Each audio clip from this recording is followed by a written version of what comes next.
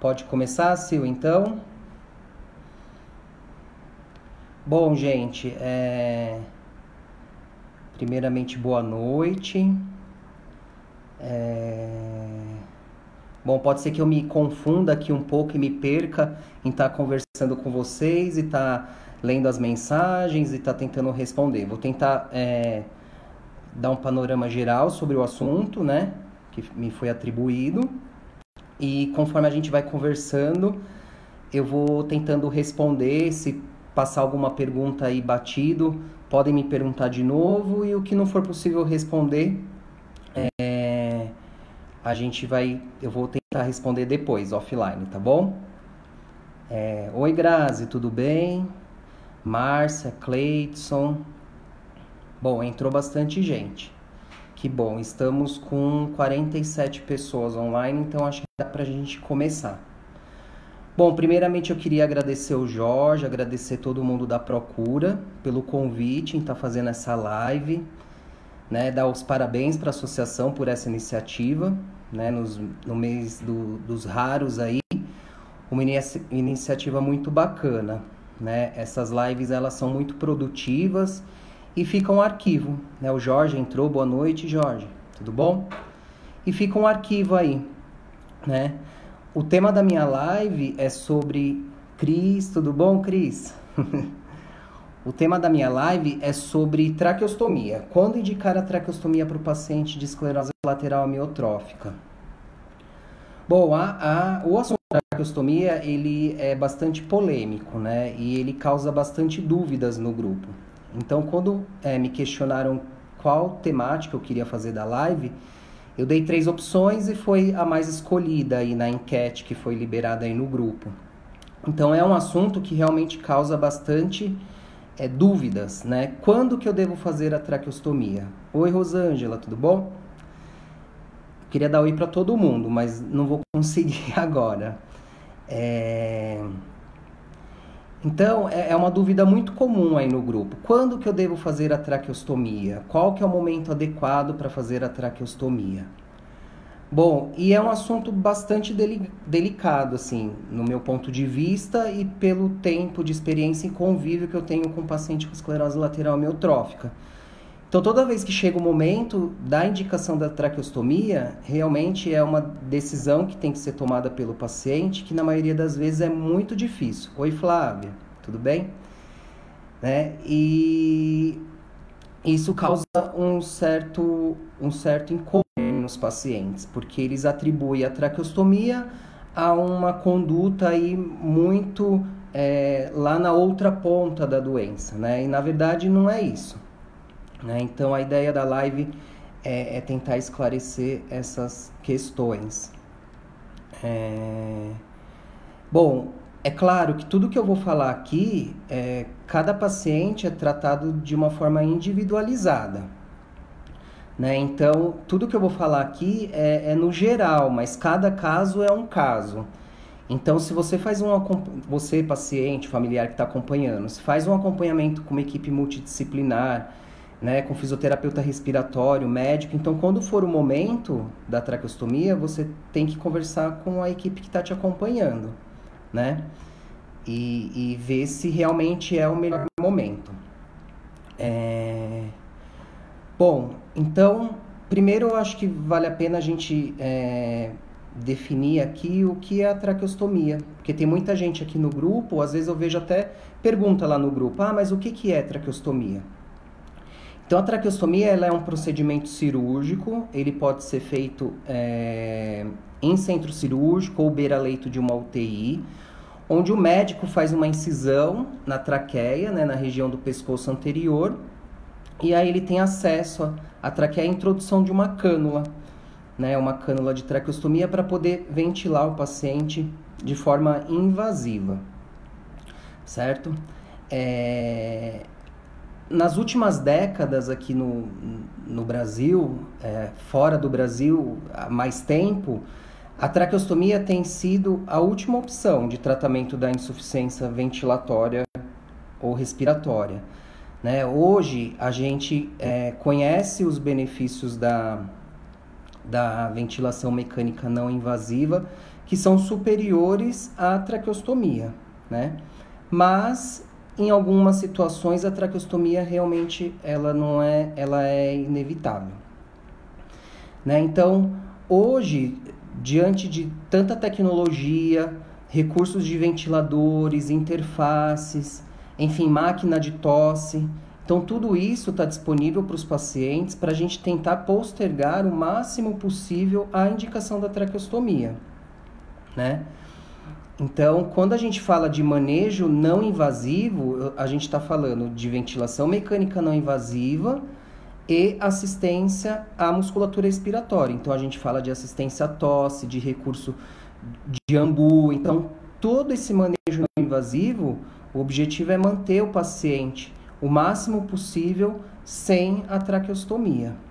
Mas, em alguns casos, como eu falei, ela é inevitável, né? A traqueostomia ela pode ser feita em duas situações, né? Ela pode ser feita de forma eletiva, então quando você tem critérios de indicação bem coerentes daquele paciente, esse paciente é agendado, ele é internado e ele é feita uma traqueostomia. E existe algumas situações que ela é feita na emergência, né? Então uma situação aguda, que na maioria das vezes, por manejo inadequado, o paciente acaba evoluindo para uma traqueostomia, tá? Existem alguns critérios clássicos. Quando a gente fala de traqueostomia, né, a gente tem algumas indicações gerais, né? Assim, não falando exclusivamente do paciente com doença neuromuscular, ou paciente com esclerose lateral amiotrófica. Mas toda vez que a gente tem algum paciente com algum problema de obstrução de via aérea superior, né, pacientes que permanecem muito tempo entubados, pacientes que apresentam edema importante devido a queimadura, infecções, enfim, esses são pacientes que têm indicação de uma traqueostomia. E quando a gente fala da esclerose lateral amiotrófica, por conta da evolução da doença, lá na frente, a gente pode ter essa indicação por alguns fatores, tá?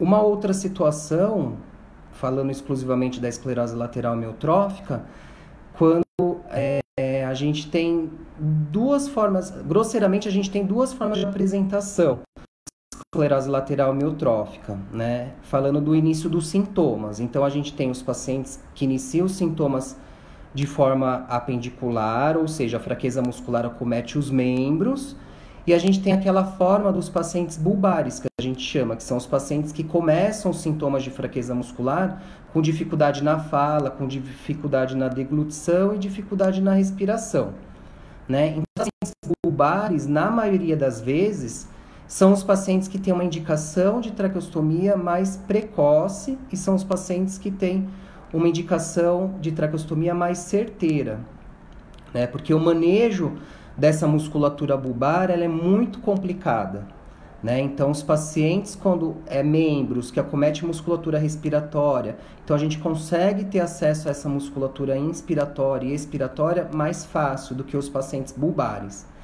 Mas, mesmo assim, os pacientes bulbares, eles podem e devem ter a oportunidade de vivenciar a ventilação mecânica não invasiva, né? Tem alguns estudos que relatam que a média de tempo de uso de ventilação não invasiva para os pacientes bulbares é em torno de 2 anos, até a tomada de decisão de traqueostomia, né? E não é muito incomum a gente encontrar pacientes que nunca tiveram a experiência da ventilação não invasiva já estarem traqueostomizados, tá? Então, isso é uma situação muito comum. E que a gente pode evitar desde que esse paciente seja acompanhado de forma adequada e desde que esse paciente receba as indicações das condutas no momento adequado, né? Por isso que a gente sempre no grupo frisa bem a questão de avaliação, de acompanhamento multidisciplinar, né? Então a gente sempre tem falado disso. Bom, continuando falando ainda sobre a indicação.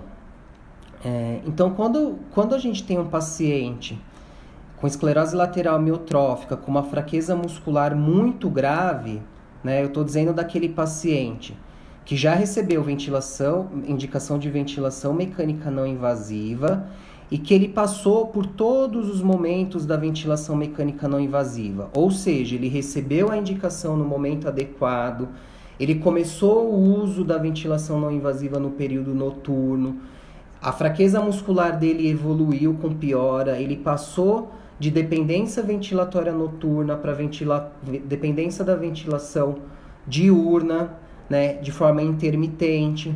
Esse paciente, depois de um tempo, ele evoluiu para uma dependência em período integral, ou seja, é aquele paciente que está em uso de ventilação mecânica não invasiva 24 horas, com equipamento adequado, com as interfaces adequadas. Isso é possível manter o paciente desta forma sem a traqueostomia. Isso é muito possível, né? Então, o paciente em ventilação mecânica não invasiva em uso 24 horas não quer dizer que ele tem indicação da traqueostomia, né? Desde que ele esteja sendo bem assistido, né? Desde que o paciente esteja no ventilador adequado, com a interface adequada, com acompanhamento adequado, isso é possível, né? Uma outra situação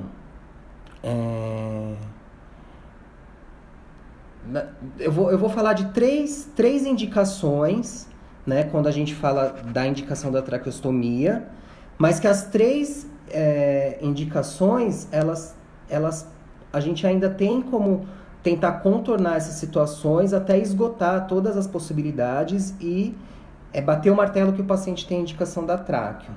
Se ficar confuso, pessoal, me escreve aí que eu tento falar. Eu estou tentando falar de uma forma que eu sei que tem muitos profissionais aí no grupo, mas eu sei que também tem muita família, muita gente leiga, muita gente que não é da área da saúde. Então, eu estou tentando dar uma simplificada. Bom, então tem três situações. Então, aquele paciente em uso de ventilação mecânica não invasiva 24 horas, ou seja, um paciente com comprometimento muscular muito grave, né, uma fraqueza muscular, uma insuficiência ventilatória muito grave. Eu vou ter uma segunda situação, que é a disfunção bulbar grave, né? Então, aquele paciente que tem dificuldade, é um paciente anártrico afônico, né? Então, a comunicação dele é por via alternativa. É um paciente que ele não se alimenta via oral, então é um paciente que já tem a gastrostomia, né? E uma terceira situação em relação às infecções de repetição, né? Então, são três situações que a gente precisa avaliar isoladamente cada situação para a gente bater o martelo da indicação da traqueostomia, tá? Cada uma dessas situações, a gente precisa se cercar de que realmente se esgotou todas as possibilidades. Então, falando um pouquinho da ventilação não invasiva, né? Então, tem aquele paciente que está em uso de ventilação 24 horas. Ele está bem ventilado? Então, o paciente começou a fazer, por exemplo, a telectasia. Então, o paciente está indo para o hospital, o paciente está tendo infecção, está indo para o hospital. O que está acontecendo? É a ventilação não invasiva que faliu? Né? Então, eu estou com o ventilador adequado, né? Então, lembra, os pacientes em ventilação não invasiva 24 horas têm que estar no ventilador de suporte à vida. Está com os parâmetros adequados, não basta estar no melhor ventilador se você não está ventilando o paciente direito. Está com a interface adequada, né? Então, tudo isso é reversível. O paciente pode estar fazendo infecção porque ele está hipoventilando no ventilador. Então, o paciente está mal ventilado, precisa rever parâmetros ventilatórios. O paciente está mal ventilado porque a interface não está adequada, precisa rever a interface, né? Então, a gente precisa checar muito bem todas essas questões em relação à ventilação não invasiva, tá? Uma segunda situação que leva a entender que está chegando próximo à questão da traqueostomia é em relação à disfunção bulbar, né? Então, a gente sabe que todos os pacientes, eles vão evoluir para essa complicação, né?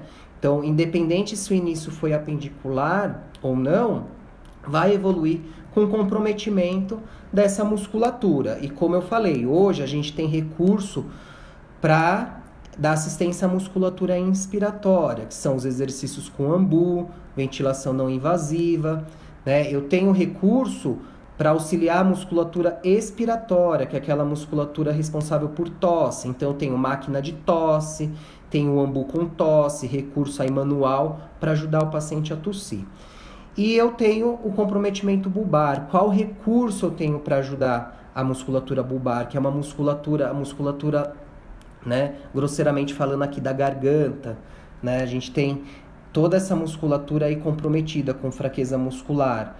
É uma musculatura com maior dificuldade de acesso. Então, o auxílio que a gente tem de opções para essa musculatura é muito escasso, né? Então, é uma musculatura que a gente precisa ter uma atenção especial e, na maioria das vezes, é a musculatura aí que, quando está muito fraca, ela que acaba batendo o martelo aí na indicação da traqueostomia. Mas, mesmo assim, mesmo com fraqueza dessa musculatura, a gente consegue e a gente tem condição de tentar reverter e tentar postergar essa situação, né? Então, aí entra um trabalho, a fisioterapia respiratória, a gente tem apoio da fonoaudiologia para ter acesso a essa musculatura, tratar, avaliar e dar uma melhor assistência, né? Então, qual que é o maior risco dessa musculatura fraca? É a broncoaspiração, né? Então, é a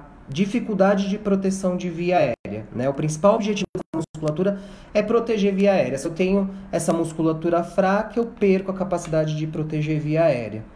Então, esse é o nosso maior problema, né? A gente tem o paciente como evoluiu com a fraqueza da musculatura musculatura bulbar. Então, vamos avaliar essa musculatura, né? O que está acontecendo? O paciente ele já está com restrição de via oral. Então, é aquele paciente que fez a gastrostomia, mas ainda assim tem uma via oral prazerosa, né? O paciente fez uma infecção. Poxa, será que não está no momento da gente restringir a via oral, né? Para garantir segurança para esse paciente? Né? Então, vamos discutir com a fono, vamos discutir com o médico, né? Vamos conversar, esclarecer isso para o paciente, o quanto que para ele é prazeroso comer ainda uma coisa ou outra por boca, né? E pesar aí essas infecções que podem estar acontecendo por conta disso, né? É um paciente que não, ele já está com restrição de via oral, é um paciente que só usa gastrostomia e zero de via oral. Então, o que pode estar levando esse paciente a broncoaspirar? Cialorreia, saliva, né? Então, a gente sabe que os pacientes com esclerose lateral amiotrófica têm uma cialorreia aumentada, né? Então, acredita-se aí que por conta de dificuldade de deglutição, ao longo do dia, a gente está produzindo saliva e a gente está manejando, está deglutindo. O paciente com esclerose lateral amiotrófica, não, né? Então, pela dificuldade de deglutição, acaba que aumentando em quantidade, né? Essa cialorreia, e aí os pacientes começam a broncoaspirar a saliva, né? Tem como reverter essa situação? O paciente ele já está medicado, né, de forma adequada em relação à saliva, né? Então aí novamente a equipe, o apoio multidisciplinar, vamos conversar com o médico, discutir com o médico. Será que não tem outras opções para a gente poder tentar controlar melhor essa cialorreia?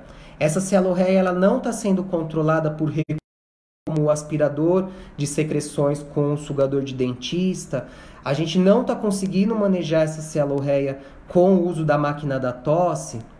Então, é uma outra coisa que a gente precisa avaliar, se cercar de condições que a gente pode apoiar essa situação, e aí depois então falar, não, realmente não tem condição. O paciente ele tem a indicação, tá? E uma terceira situação que está relacionada com essa questão da questão bulbar é em relação às infecções de repetição, né? Então, a gente considera aí 2 para mais infecções, pneumonias, no período de 1 ano. A gente vai considerar que o paciente está tendo infecções de repetição, tá? Então, se o paciente tem 2, 3 em um período de 1 ano, a gente precisa rever. E, novamente, vamos rever o que está levando o paciente a esse quadro de infecção. O paciente pode estar mal ventilado, então vamos rever ventilação. A questão da disfagia, vamos rever. Então, essas três condições, ventilação não invasiva, 24 horas, com falha nela, né? Levando em consideração tudo que eu falei, né? A questão da gravidade da disfunção bulbar e a questão das infecções de repetições, a gente pode pensar que o paciente tem indicação da traqueostomia. Quando a gente fala da disfunção bulbar, e falando um pouquinho da ventilação não invasiva, é muito comum o desabamento dessa musculatura causar obstrução de via aérea, né? Então a gente está com o melhor ventilador, com o ventilador adequado no quadro clínico do paciente, na condição clínica do paciente, eu estou com a interface adequada, com modo ventilatório adequado, pressões adequadas, e eu não consigo ventilar esse paciente, eu não tenho sucesso na ventilação desse paciente, né? E aí eu preciso rever a ventilação não invasiva. Então, normalmente é aquele paciente que você coloca que ele está no BIPAP, você tem uma obstrução de via aérea por fraqueza de musculatura bulbar, e aí os pulmões não são ventilados, então você não vê o tórax do paciente expandir, você não vê mobilidade nessa caixa torácica e você vê o pescoço do paciente recebendo esse volume de ar. Então, talvez é o momento para esse paciente estar pensando numa traqueostomia, tá? Bom, teve bastante gente que foi perguntando aqui, eu vou tentar voltar e ver o que eu consigo responder aqui, tá bom?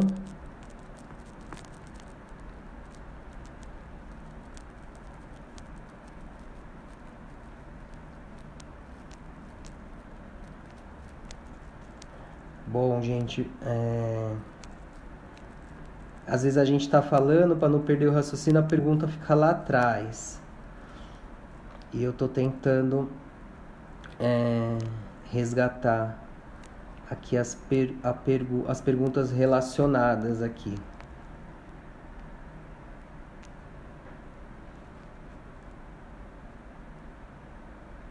Né? Aqui a Fabiana ela pergunta sobre quando o paciente tem a opção de não fazer a tráqueo, quais são as orientações para conseguirmos mantê-los amparados. Né? Minha mãe faz muito ambu, muitas vezes ao dia, e está com BIPAP. Né? A decisão da traqueostomia ela é do paciente. Né? Então a gente sabe que parte dos pacientes com esclerose lateral amiotrófica vão apresentar uma demência frontotemporal, e aí fica bem complicado o paciente tomar essa decisão, né? Porque o paciente às vezes não tem condição cognitiva para isso, mas boa parte dos pacientes não apresentam essa complicação. Então a decisão ela tem que ser do paciente, né? Então a gente sabe que existem vantagens e desvantagens. As vantagens da ventilação não invasiva, no meu ponto de vista, elas são superiores à da traqueostomia, mas tem algumas situações que é inevitável a traqueostomia, né? Então, é manter ela amparada com recurso de alívio, né? Então, é manter ela na ventilação não invasiva, é manter ela com manejo de secreções, enfim, dar qualidade de vida para ela.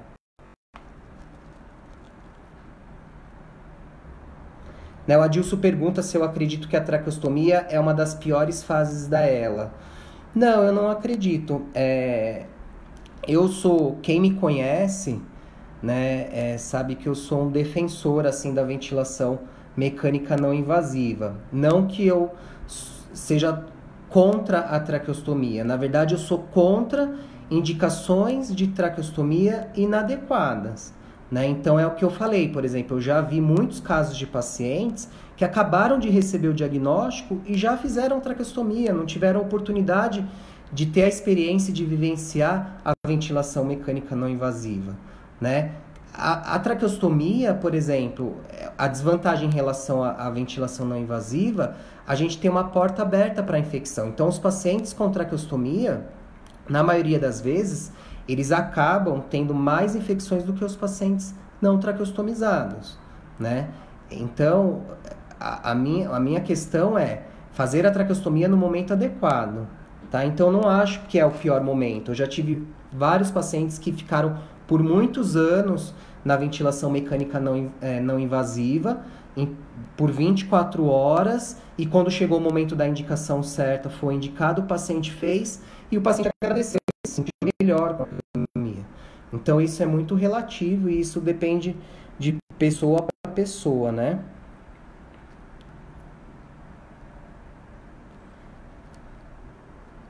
Bom, Roberto Mussolini, ele pergunta aqui a média de tempo de evolução. Acredito que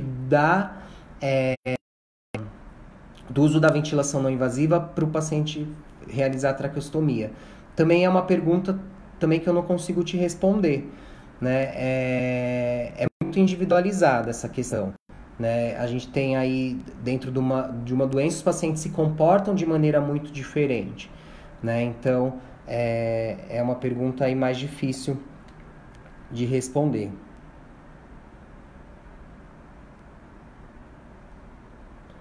A Gislene aqui colocou também que ela cuida de uma pessoa com ela. Essa pessoa tem 9 anos de ela e ela não quer fazer a traqueostomia. E agora ela aceita fazer o BiPAP 2 vezes ao dia. Se é uma paciente que está fazendo ventilação não invasiva intermitente 2 vezes por dia, talvez é uma paciente que não tem indicação clínica, né?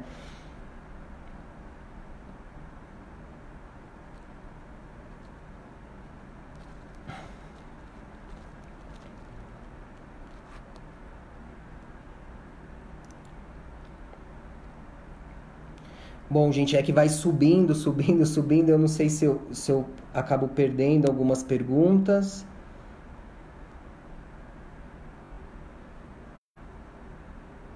A Fabiana pergunta se o BiPAP consegue manter o paciente que já teve indicação de tráqueo e não irá fazer a tráqueo. Então, Fabiana, é aquilo que eu comentei. O ventilador adequado no quadro clínico do paciente, né? Então, por exemplo, se você tem um paciente que é dependente de ventilação mecânica 24 horas, se você está ventilando ele num BiPAP síncrone, por exemplo, ou num VPAP da ResMed, dificilmente você vai ter sucesso na ventilação, né? Porque são equipamentos que não é indicado para esse quadro do paciente, né? Então, a gente, para indicar a traqueostomia, falar, não, esse paciente tem indicação da traqueostomia, a gente precisa estar ventilando ele no ventilador adequado.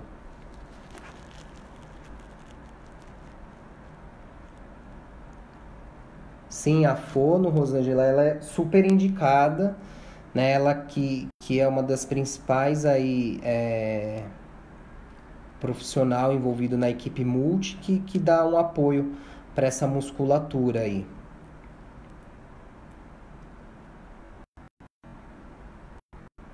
O Paulo pergunta, com o uso do BiPAP 24 horas, tem algum risco quanto à troca da gastro? Esse paciente, se for um paciente... Não tem problema. A troca da gastrostomia, ela é super tranquila. Tem paciente que faz em casa mesmo, não tem grandes problemas. O problema é pra gente fazer a gastrostomia, né? Colar cervical, muito bem-vindo também para a gente posicionar melhor essa musculatura, né? Tem alguns mitos também, né? Eu já ouvi falar, assim, por exemplo, o paciente começa com aquela cialorreia, e aí indicam a traqueostomia garantindo para o paciente que vai melhorar a saliva. Não vai melhorar a saliva, não tem relação, né? A realização da traqueostomia com melhora da questão da cialorreia. Né? A gente pode até piorar a cialorreia em alguns casos, né? Então, o paciente, se ele tem uma disfunção bulbar, mas ainda ele tem algumas deglutições efetivas, se ele tem a cânula de traqueostomia, às vezes essa deglutição ela acaba até sendo um pouco mais prejudicada porque você tem o peso da cânula, o paciente não consegue elevar as estruturas para fazer uma deglutição mais adequada. Então, às vezes o paciente pode acumular mais saliva, né? Então, é um mito aí, né? Paciente traqueostomizado melhora a saliva, já ouvi muito disso. A Nica pergunta qual exame que se pode ver se tem problema no pulmão com injecies. Eu não sei o que é isso, se você puder me explicar melhor.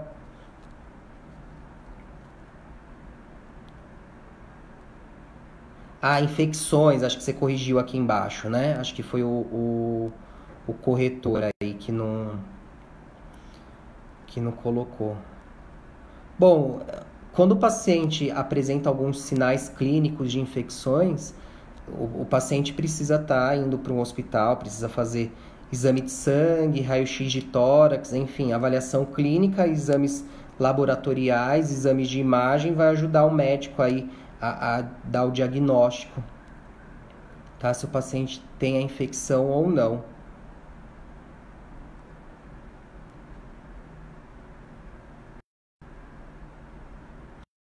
A Fabiana continuou falando aqui que a tia dela ficou com 15 anos da doença, 10 anos sem poder se falar, por isso que a mãe dela tem medo de ficar com uma tia, né? Isso é muito individual, Fabiana. Eu tenho pacientes traqueostomizados que mantêm uma rotina normal, pacientes que saem para trabalhar, enfim, que têm uma vida social. Isso é muito relativo, isso depende de cada um, né? Existem algumas questões, quando a gente fala de traqueostomia, que é importante a gente poder a gente falar, né? Então, quando a gente faz a traqueostomia, a gente consegue controlar melhor a ventilação desse paciente. Apesar da gente ter uma porta aberta, risco de infecção maior, enfim, o paciente produz mais secreção, você tem a presença da cânula ali na traqueia, enfim, a gente consegue ter um acesso e um controle melhor da ventilação. Então, muitas vezes a gente consegue prolongar mais a vida e tem alguns pacientes que não querem ter essa opção. Então, é uma coisa que precisa ser muito bem pensada, né? Então, eu já também vivenciei situações de que o paciente não queria ser traqueostomizado e numa situação de emergência foi traqueostomizado. E era um paciente que não queria, né? Então, é uma coisa que precisa ter uma conversa muito franca. É um momento difícil, mas tem que existir essa conversa franca aí do paciente com a família, tá? Muitos estudos também falam que a traqueostomia acaba aqui aumentando a demanda do cuidador, né? Então, a gente acha que a ventilação não invasiva dá trabalho, né? Mas os estudos apontam que para o cuidador, o manejo, o cuidado com a traqueostomia tem uma demanda maior, né? Então, é uma outra situação que precisa ser discutida. A Clarice pergunta aqui se o ambu é recomendado só está com a doença avançada. De forma alguma, o ambu é recomendado logo que o paciente apresenta restrição ventilatória leve. Então, existe um teste, que é a capacidade vital forçada, que mostra o quanto que o paciente tem de restrição ventilatória. Então, o ambu ele vai ser indicado quando o paciente apresenta 80 de capacidade vital forçada, ou seja, uma restrição leve, a gente já introduz o exercício do ambu. E o exercício do ambu ele vai ser feito aí até o paciente na ventilação não invasiva, paciente traqueostomizado. Enfim, o ambu ele acompanha o paciente em todo o processo, tá? Sem sombra de dúvida, Neide, ela colocou aqui que ela acha que quando usa o ambu e o BiPAP corretamente, consegue adiar um pouco o avanço para tráqueo, mas acha que não é uma regra, é isso aí. Né? A gente tem que levar em consideração o fenótipo, enfim, a característica clínica de cada paciente. Né? Mas, no geral, quando a gente tem uma situação bem conduzida, né, com o paciente fazendo tudo que é orientado de forma adequada, a gente sabe que não é fácil, a gente consegue postergar essa indicação.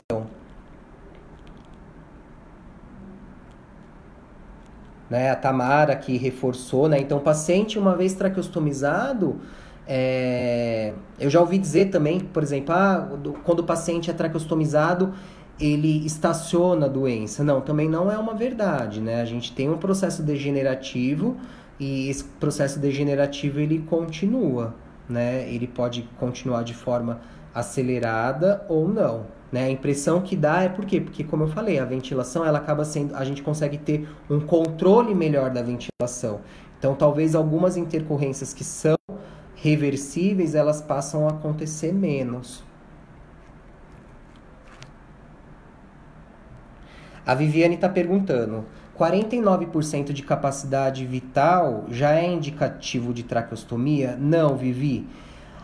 A capacidade vital forçada, ela não é um indicativo para traqueostomia, tá? Então, a CVE, a capacidade vital forçada, a gente usa para indicar AMBU, BIPAP, gastrostomia, mas para traqueostomia, não, tá? A gente tem muitos pacientes com uma capacidade vital forçada muito baixa e que não são traqueostomizados e que ficam bem, né? Os critérios para indicação da traqueostomia para o paciente com ela é aqueles que eu falei. Então, a questão da falha da ventilação não invasiva, levando em consideração tudo que eu falei lá atrás, a questão da musculatura bulbar, então, a fraqueza grave dessa musculatura e a questão das infecções de repetições. Então, são 3 situações que a gente precisa avaliar para indicar. Capacidade vital forçada, não.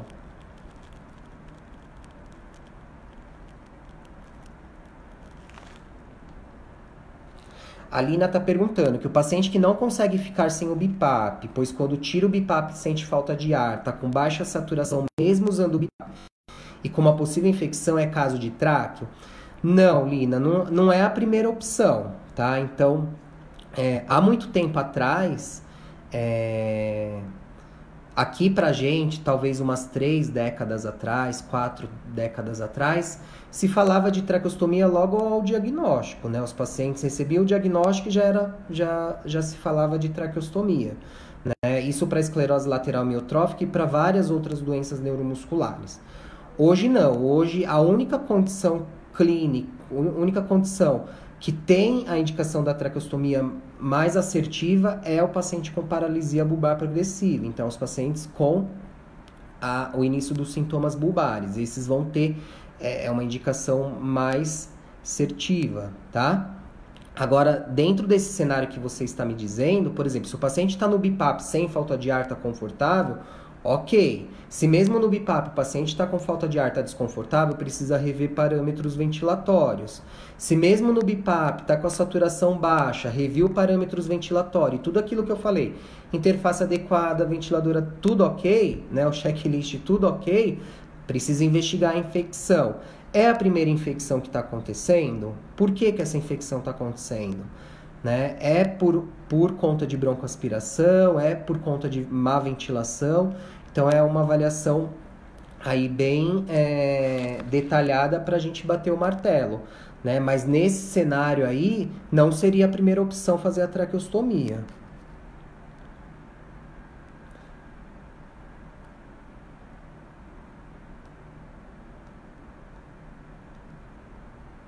Tá, a Carla Montalvão, ela colocou que a avó está com ela há 7 meses, faz uso do BIPAP há 2 meses e hoje ela foi para o hospital com falta de ar, né? Que estão vivendo uma luta com o convênio, pois não tem nenhum neuroespecialista. E minha avó disse não vai fazer a tráqueo, que é o que eles querem. Então, é uma situação que é muito comum, né? Como o pessoal do hospital, o pessoal de terapia intensiva, eles não conhecem... Não que eles não conhecem, não é a prática, né? A gente está falando de uma doença rara, né? A gente está inserido num grupo que às vezes a gente não tem a impressão de que é uma doença rara, mas a gente precisa lembrar que é uma doença rara. Então, nos hospitais, não são muitos os casos que aparecem. Então, quando aparece paciente em insuficiência ventilatória ou respiratória com fraqueza muscular, eles vão... A primeira opção de tratamento é a traqueostomia, mas isso não é verdade, né? Então, se sua avó está com 7 meses de diagnóstico, com 2 meses de uso de BIPAP, né, ela está sentindo falta de ar, a gente precisa rever os parâmetros do ventilador, precisa ver se ela não está num quadro agudo de uma infecção, de uma insuficiência respiratória, né, de uma infecção respiratória. Então, tem várias coisinhas aí que a gente precisa ver, tá? Uma outra situação comum, né, levando em exemplo, por exemplo, a situação da sua avó, ela pode dar entrada no hospital com uma insuficiência respiratória, né, com quadro de infecção, e ela precisar ser entubada, por exemplo. Então, é uma outra condição que vai levar o pessoal do hospital a entender que precisa fazer a traqueostomia. Então, é muito comum, muitos pacientes acabam fazendo traqueostomia nessa situação. Paciente... usa ventilação somente noturna, ou é o paciente que está ainda em período de adaptação da ventilação não invasiva, e aí o paciente faz uma infecção, vai para o hospital. No hospital, por, enfim, N questões de protocolos de hospital, por exemplo, paciente que usa ventilação não invasiva em hospital, eles acham que isso nos hospitais não tem isso como protocolo, né? Eles entendem que o paciente que está em uso de ventilação não invasiva 24 horas é um paciente que tem que fazer tráqueo, né? E a gente sabe que não, que hoje não é desta forma que funciona. Então, esse paciente evolui para uma intubação e aí muito provável ele acaba evoluindo para uma traqueostomia e talvez uma traqueostomia precoce. Né? Talvez não seria o momento de fazer a traqueostomia. Mas por quê? Porque vai ter todo um manejo para tentar tirar o paciente do tubo. É um paciente que já era fraco, enfim, ele não melhorou a fraqueza muscular dele no hospital, isso não vai acontecer. E aí o pessoal do hospital entende que ele não tem condição de ser extubado, né? De sair da intubação orotraqueal para voltar para a máscara. Então isso é muito comum. Isso acontece com muita frequência. Oi, Rosângela. Em relação a alguma... A Rosângela falou lá atrás, perguntou sobre o colar cervical, se ajudava. Eu disse que sim, né?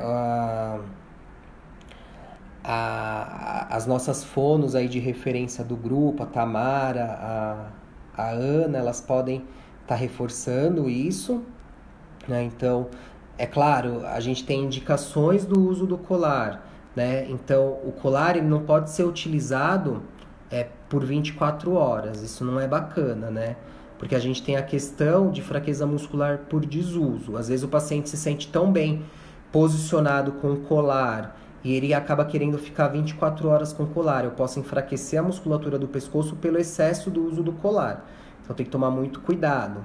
Né? Dependendo do colar, o colar ele pode restringir a movimentação que o paciente tem como movimentos compensatórios para deglutição.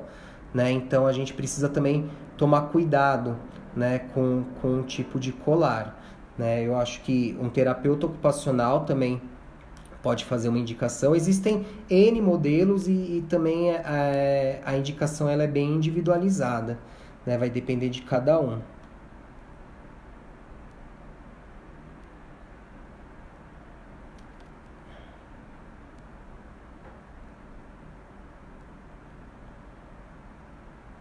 A Fabiola pergunta qual a diferença entre ambu e o aparelho de tosse assistida. Bom, são duas coisas diferentes, né? Então, os dois, a máquina da tosse, ela simula a tosse. Então, é um aparelho de pressão positiva e negativa. E por meio de uma interface, seja máscara ou pela cana de traqueostomia, eu vou fornecer para o paciente pressão positiva e negativa. E com isso eu vou ajudar a remover secreções. Já o ambu, que é o ressuscitador manual, ele trabalha só com pressão positiva. Então, eu vou ajudar a inflar o pulmão do paciente. E agora, falando em manejo de secreção, quando eu uso o ambu, eu vou auxiliar o paciente na primeira fase da tosse, que eu preciso aumentar o meu volume, gerar volume, para depois eu ter um fluxo expiratório, enfim, mais eficiente. Então, o ambu ele vai ajudar no primeiro momento da tosse. Né? Quando a gente fala de ambu com tosse, máquina assistida de tosse, a gente está falando de gravidade de pacientes diferentes também. Né? Então, se eu tenho um paciente mais leve, né? Um paciente com pico de fluxo de tosse abaixo do normal, mas não tão grave, talvez o ambu com tosse eu dou conta de dar essa assistência para o paciente e conseguir fazer com que ele consiga eliminar secreções. Agora, se eu tenho um pico de fluxo de tosse muito grave, né, muito baixo, ou seja, menor do que 160 litros por minuto, dificilmente eu vou conseguir auxiliar esse paciente com ambu.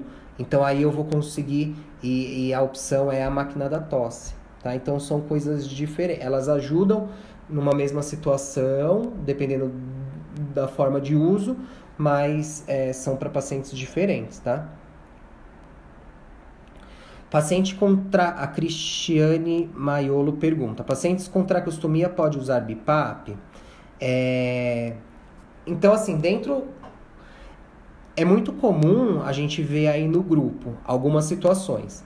Então, por exemplo, o paciente foi traqueostomizado e está usando o BiPAP síncrone, ou um VPAP, ou um estelar, né? E aí a gente fala, não é o ventilador adequado. O paciente precisa estar no ventilador de suporte à vida.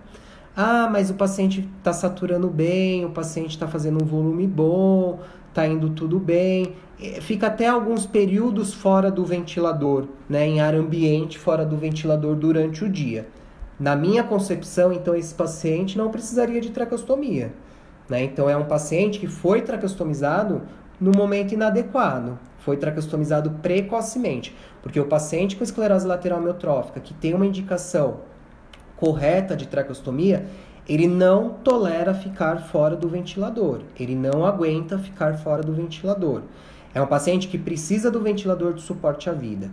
Né? Quando a gente fala, mas por que se ventila? Né? O BiPAP, o estelar, enfim, eles ventilam o paciente. Primeiro que lá no manual do ventilador ele está dizendo, né? Os BiPAPs são para ventilação não invasiva, né? Os BiPAPs mais simplesinhos. O estelar, lá um exemplo, ele está lá no manual dele, dizendo que pode ser utilizado de forma invasiva para pacientes traqueostomizados, mas para pacientes não dependentes, né? Para pacientes que ainda toleram ficar fora do ventilador. Que no meu ponto de vista, para o paciente com esclerose lateral amiotrófica, isso não acontece. Né? E o ventilador de suporte à vida, para o paciente traqueostomizado, que ventila 24 horas. Então, eu preciso de um ventilador com mais recursos, para garantir uma melhor segurança, com autonomia de bateria. Esse ventilador ele vai trabalhar com 2 turbinas, então ele vai garantir que o fluxo, a pressão, tudo aquilo que você colocou no ventilador e tudo aquilo que você está monitorando é real, está acontecendo com o paciente, né?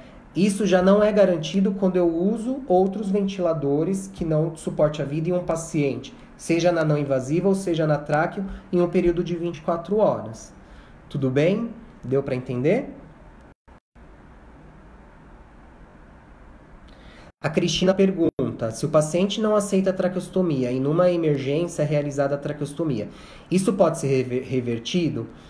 Não, Cristina. Assim, existe um processo que é chamado de decanulação, né? Ou seja, o paciente que é traqueostomizado e depois faz esse processo de tirar a cânula e voltar para ventilação não invasiva.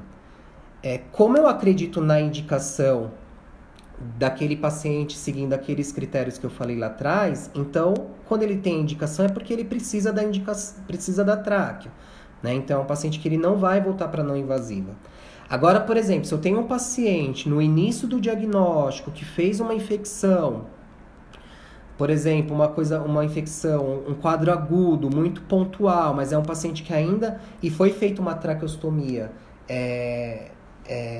inadequada, talvez é um paciente que tenha condição de fazer esse processo. Não é muito comum, não é muito usual. A gente sabe que aqui no Brasil, tem equipe que faz isso, né? Mas aí precisa de toda a avaliação para a gente poder ver se realmente esse paciente tem condição de manter a não invasiva, tá?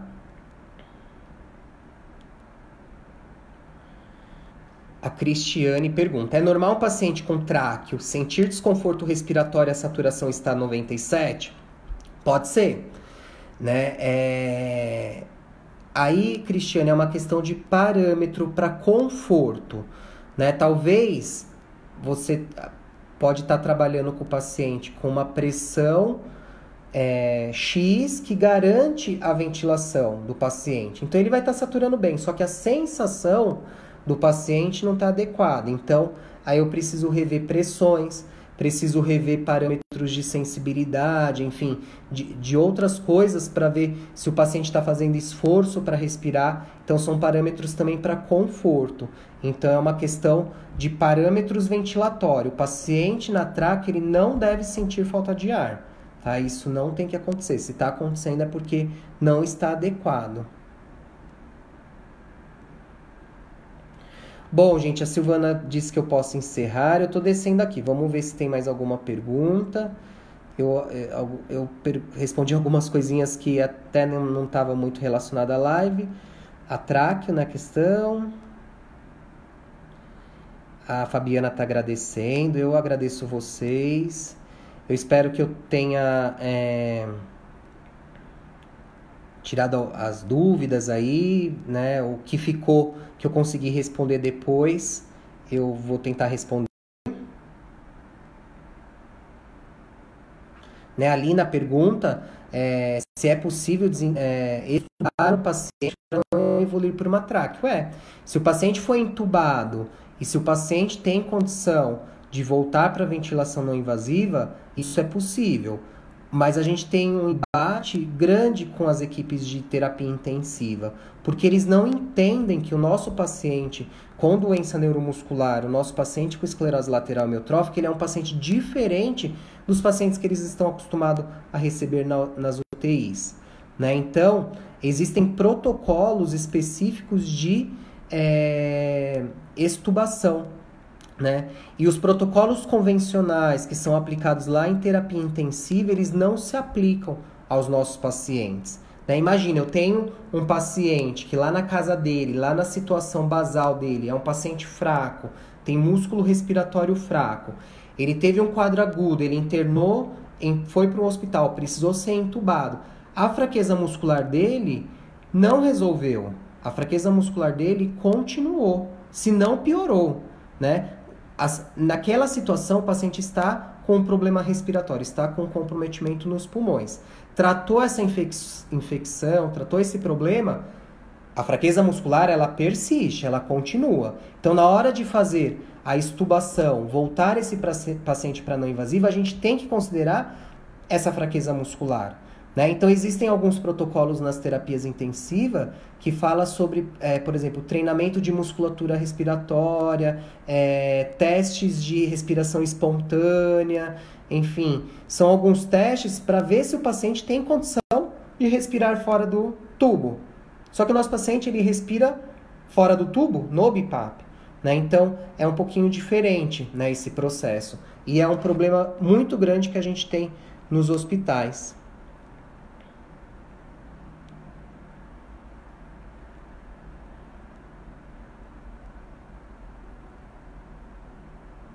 A Neide pergunta se o paciente der uma parada respiratória, o BiPAP não vai atender esse paciente? Não. Numa situação de uma parada cardiorrespiratória, é o protocolo AMBU massagem cardíaca. A gente não usa o ventilador nessa situação. Bom, gente, então, eu acho que é isso. Eu espero ter contribuído. Ficaram algumas perguntas aqui, mas eu vou tentar responder depois, tá? Eu espero ter contribuído com a live, ter contribuído aí com esse mês especial aí das doenças raras. Eu fico à disposição, eu tô lá no grupo. Quem quiser me chamar, pode me chamar no Message, que a gente pode trocar uma ideia.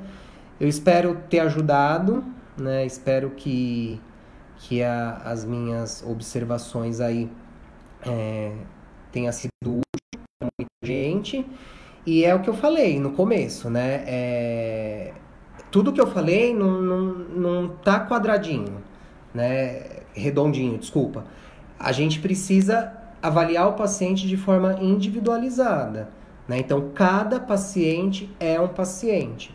Então, a gente precisa enxergar o paciente de forma individual, tá bom? É isso, um beijo para todo mundo e boa noite. Obrigado, viu? Tchau, tchau.